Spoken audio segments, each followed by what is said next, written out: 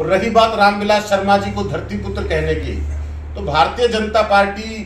का ये चरित्र है कि वो जिसकी तारीफ करती है उसको आने वाले समय में वो किसी न किसी तरह खत्म कर देती है। जिस तरह आपने देखा होगा कि प्रदेश के मुख्यमंत्री मनोहर लाल खट्टर जी के कसीदे पढ़े गए तारीफ के और फिर उन्हें एकदम से मुख्यमंत्री के पद से हटा दिया गया। इसी तरह रामविलास शर्मा जी को जिस तरह धरती पुत्र कह के आज नवाजा है, मुझे याद आ रहा है कि इस तरह से ये धरती पुत्र कह के इशारा है कि आने वाले समय में धरती में मिलाने का काम, मिट्टी में मिलाने का काम भारतीय जनता पार्टी रामविलास शर्मा जी को करने वाली है। इस महत्वपूर्ण प्रेस कॉन्फ्रेंस में आप सभी मीडिया के साथियों का बहुत बहुत स्वागत है। मेरे साथ में हमारे सहयोगी परमानंद वाल्मीकि जी, हमारे सहयोगी नवीन अग्रवाल जी। 16 जुलाई यानी कि कल केंद्रीय मंत्री अमित शाह जी ने महेंद्रगढ़ का दौरा किया। महेंद्रगढ़ में एक रैली का आयोजन किया गया। उस रैली से महेंद्रगढ़ की जनता को बहुत सारी उम्मीदें थी, लेकिन भारतीय जनता पार्टी के 10 साल के कार्यकाल की तरह ये रैली और ये दौरा भी बिल्कुल खोखला साबित हुआ। भारतीय जनता पार्टी ने केंद्रीय विश्वविद्यालय के अंदर इस रैली का आयोजन किया, 4 दीवारी के अंदर इस रैली का आयोजन किया। प्रदेश के मुख्यमंत्री, प्रदेश के अनेक मंत्री, भारतीय जनता पार्टी के नेता और साथ में केंद्र में गृह मंत्री अमित शाह जी, सहकारिता मंत्री अमित शाह जी इस रैली में बतौर मुख्यमंत्री पहुंचे। जैसा कि सब जानते हैं कि भारतीय जनता पार्टी की देश की तीसरी सरकार बनने के बाद गृह मंत्री अमित शाह जी का ये दौरा महेंद्रगढ़ के लिए बहुत महत्वपूर्ण था। महेंद्रगढ़ की जनता ने बहुत सारी उम्मीदें भारतीय जनता पार्टी से जताई हैं और भारतीय जनता पार्टी ने भी 10 साल के अंदर बार बार, चाहे वो प्रदेश का चुनाव हो चाहे देश का चुनाव हो, अनेकों वादे महेंद्रगढ़ की जनता से किए और इन वादों को 10 साल में भारतीय जनता पार्टी पूरा नहीं कर पाई। महेंद्रगढ़ की जनता ये चाहती थी कि इस दौरे के माध्यम से अमित शाह जी, प्रदेश के मुख्यमंत्री, महेंद्रगढ़ की जनता के साथ अपने अधूरे वादों को पूरा करे, न्याय करे। बहुत सारे वादों में से कुछ मुख्य वादे जिनके ऊपर मैं प्रकाश डालना चाह रहा हूं, आपके सामने रखना चाह रहा हूं, जिनको हमने प्रेस कॉन्फ्रेंस के माध्यम से भी गृह मंत्री जी के इस दौरे से पहले उनके समक्ष रखा था मीडिया के माध्यम से, कि कुछ प्रमुख मुद्दे, कुछ प्रमुख समस्याएं, कुछ प्रमुख वादे, जैसे कि महेंद्रगढ़ में जिला मुख्यालय की स्थापना, एक बहुत बड़ा वादा जिसको गृह मंत्री जी ने अपने पूरे भाषण में कहीं कोई जिक्र नहीं किया। महेंद्रगढ़ की जनता को इसको बहुत इंतजार था। महेंद्रगढ़ में आईएमटी की स्थापना का वादा भारतीय जनता पार्टी 10 साल से करती आ रही है। केंद्रीय विश्वविद्यालय जिसमें ये कार्यक्रम का आयोजन किया गया, उसमें एक मेडिकल कॉलेज की स्थापना की मांग लंबे समय से चली आ रही है और भारतीय जनता पार्टी के नेता भी अपने चुनावों से पहले इसका जिक्र करते आ रहे हैं, बार बार वादा करते आ रहे हैं, वो भी आपने लंबित छोड़ दिया। महेंद्रगढ़ के अंदर खेल स्टेडियम की परियोजना का वादा लगातार भारतीय जनता पार्टी करती आ रही है, वो भी आज लंबित रहा। महेंद्रगढ़ के अंदर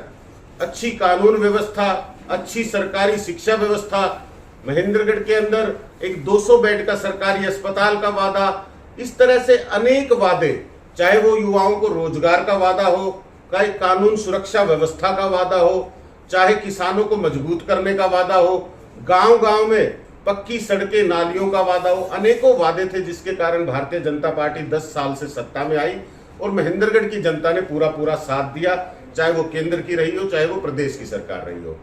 लेकिन इस दौरे में किसी भी तरह से महेंद्रगढ़ का जिक्र ना करना, किसी भी तरह से महेंद्रगढ़ की अधूरी परियोजनाओं के बारे में चर्चा ना करना, महेंद्रगढ़ के लिए कोई भी नई परियोजना ना लेके आना, इससे महेंद्रगढ़ की जनता को बेहद दुख है। महेंद्रगढ़ की जनता ने जो उम्मीद जताई थी, उन उम्मीदों पे भारतीय जनता पार्टी के सारे नेता, चाहे प्रदेश के मुख्यमंत्री हो चाहे केंद्र के गृह मंत्री हो, वो खरे नहीं उतर सके। महेंद्रगढ़ की जनता के लिए ये दौरा पूरी तरह से खोखला साबित हुआ। इस कार्यक्रम के आयोजन में भारतीय जनता पार्टी ने जिस तरह से केंद्रीय विश्वविद्यालय का दुरुपयोग किया, यानी कि शिक्षण संस्थान का दुरुपयोग किया। इसके साथ साथ वहां पर जो रैली की गई, वो रैली, उस रैली के अंदर जो हरियाणा में जो इनका सूचना, जनसंपर्क, भाषा एवं संस्कृति विभाग है, उस विभाग का दुरुपयोग करके सरकारी धन को इस्तेमाल किया गया। इसमें हरियाणा रोडवेज की बसों का इस्तेमाल करके पूरे हरियाणा भर से आपने भीड़ जुटाने का प्रयास किया। तो यानी कि जनता के पैसे का, सरकार के पैसे का भारतीय जनता पार्टी इस तरह दुरुपयोग कर रही है, इस तरह वो प्रयास कर रही है कि जनता को किसी तरह गुमराह कर सके, ताकत दिखा सके। हम ये कहना चाहते हैं कि बीसी सम्मान सम्मेलन में आप ये कोशिश कर रहे हैं कि आप हरियाणा की जनता को जातिगत तरीके से विभाजित करके किसी तरह राज्य में लौटे। 2 बार प्रदेश की जनता ने आपकी सरकार बनाई और 36 बिरादरी ने भारतीय जनता पार्टी का सहयोग दिया, लेकिन उसके बाद जब आप काम नहीं कर सके, 10 साल में भारतीय जनता पार्टी किसी तरह के वादे पूरे नहीं कर सकी जो जनता से उन्होंने 10 साल में वोट लेते वक्त किए, तो आज वो जातीय विभाजन करके किसी तरह हरियाणा की जनता को बांटकर फूट डालो राज करो की नीति से हरियाणा में सत्ता में आना चाहती है।